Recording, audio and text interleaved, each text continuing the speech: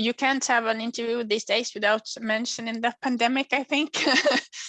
So if we go to vocational education research, do you think it will be influenced in some way because of what has happened the last year? Absolutely, I do. Interestingly, I co-authored a paper with some colleagues on this very issue, which came out, I think, right at the beginning of January in Journal of Vocational Education and Training.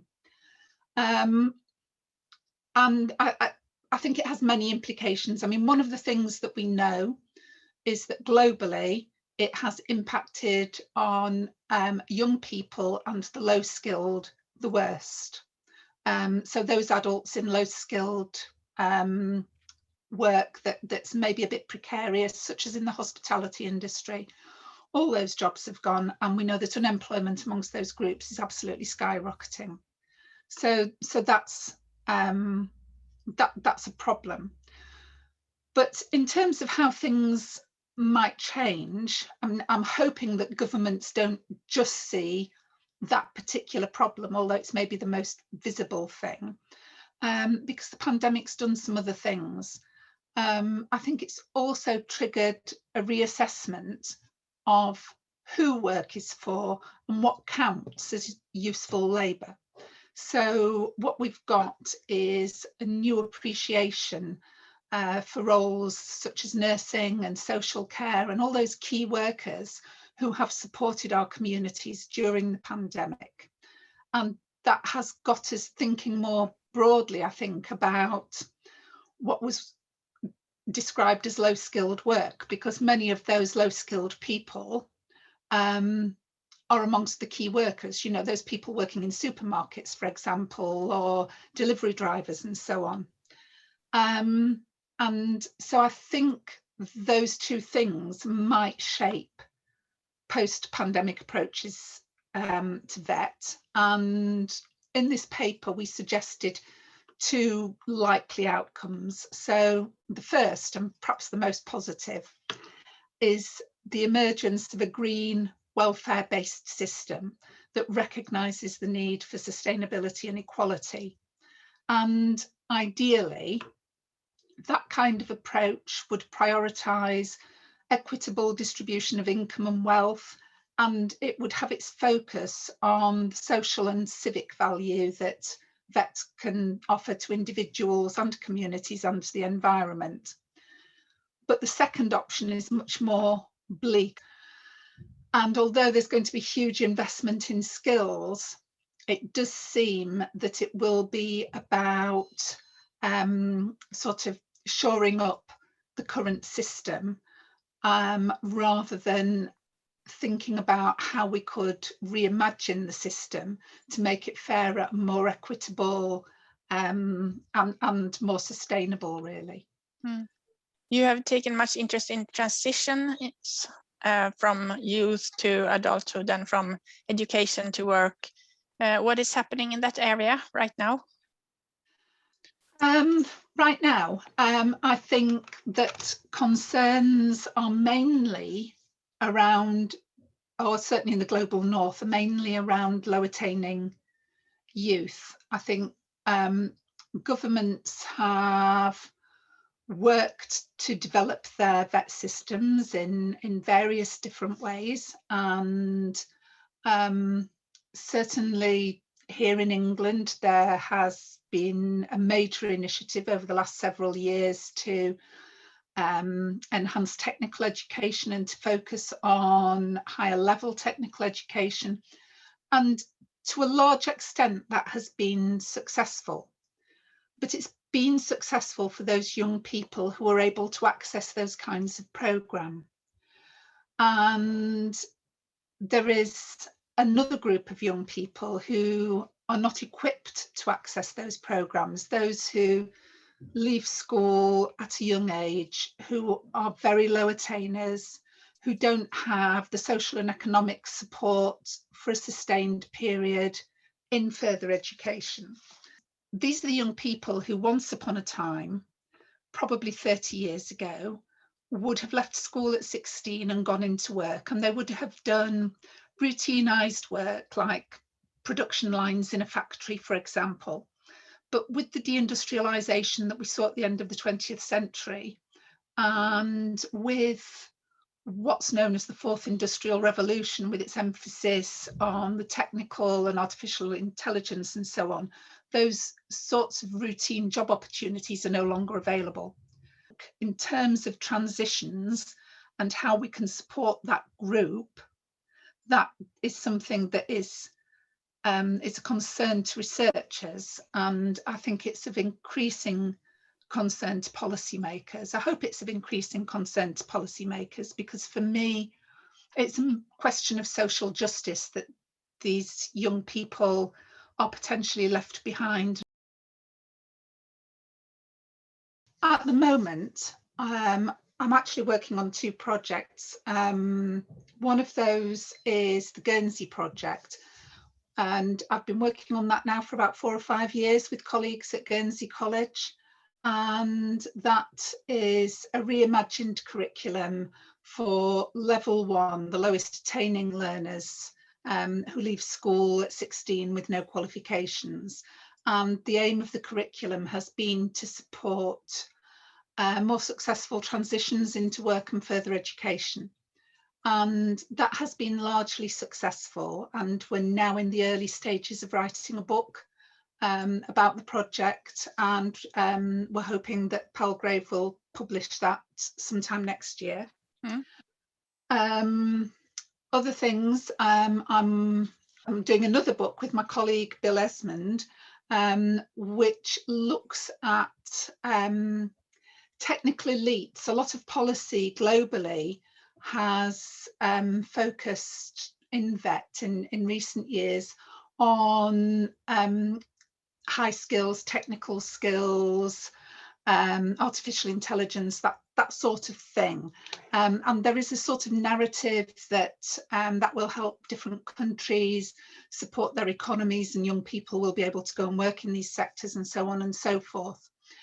And we did a little bit of research around that, and we found that actually that was a bit troubling. And there were also these young people who don't have those futures, even if they do you know, really good training, and they do it over a long period of time and they become very skilled.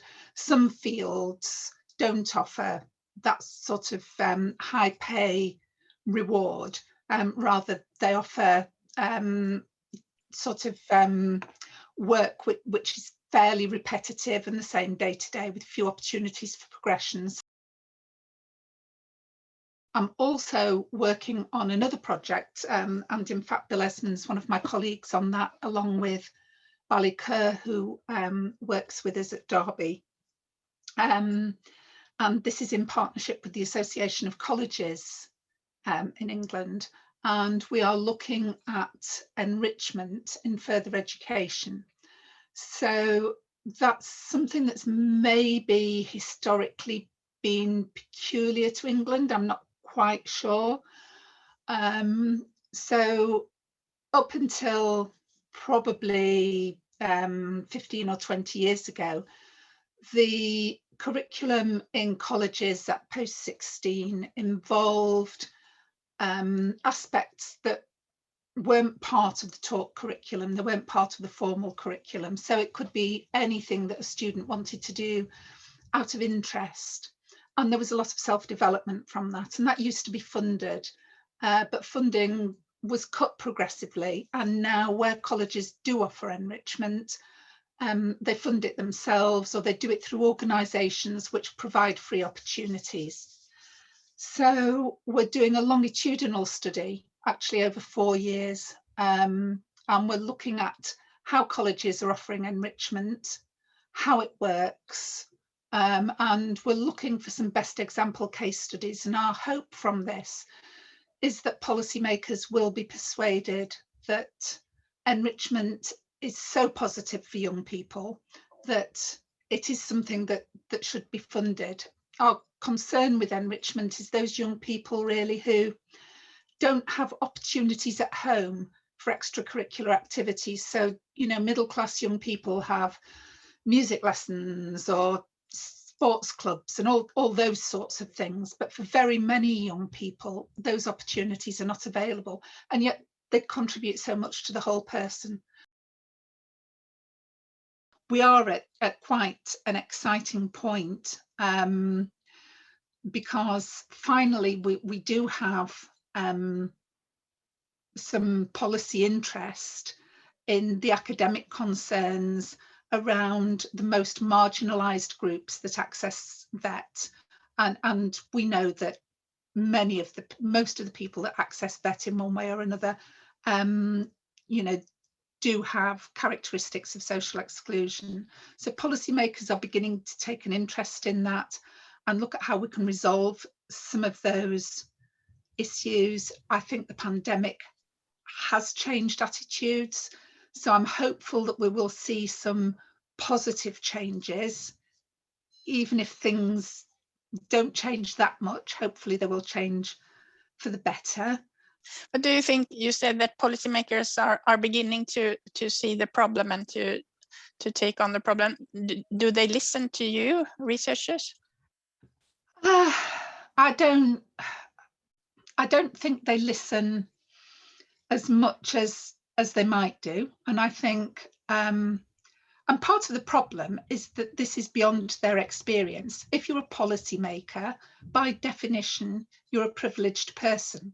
And if you're a privileged person, you haven't experienced the challenges of a young person who maybe, you know, comes from a home with a very low income, maybe homeless. Many of the young people I've done research with have not had secure housing, who can't envisage a future other than a life of drudgery, moving from one short-paid job, short-term job to welfare dependency.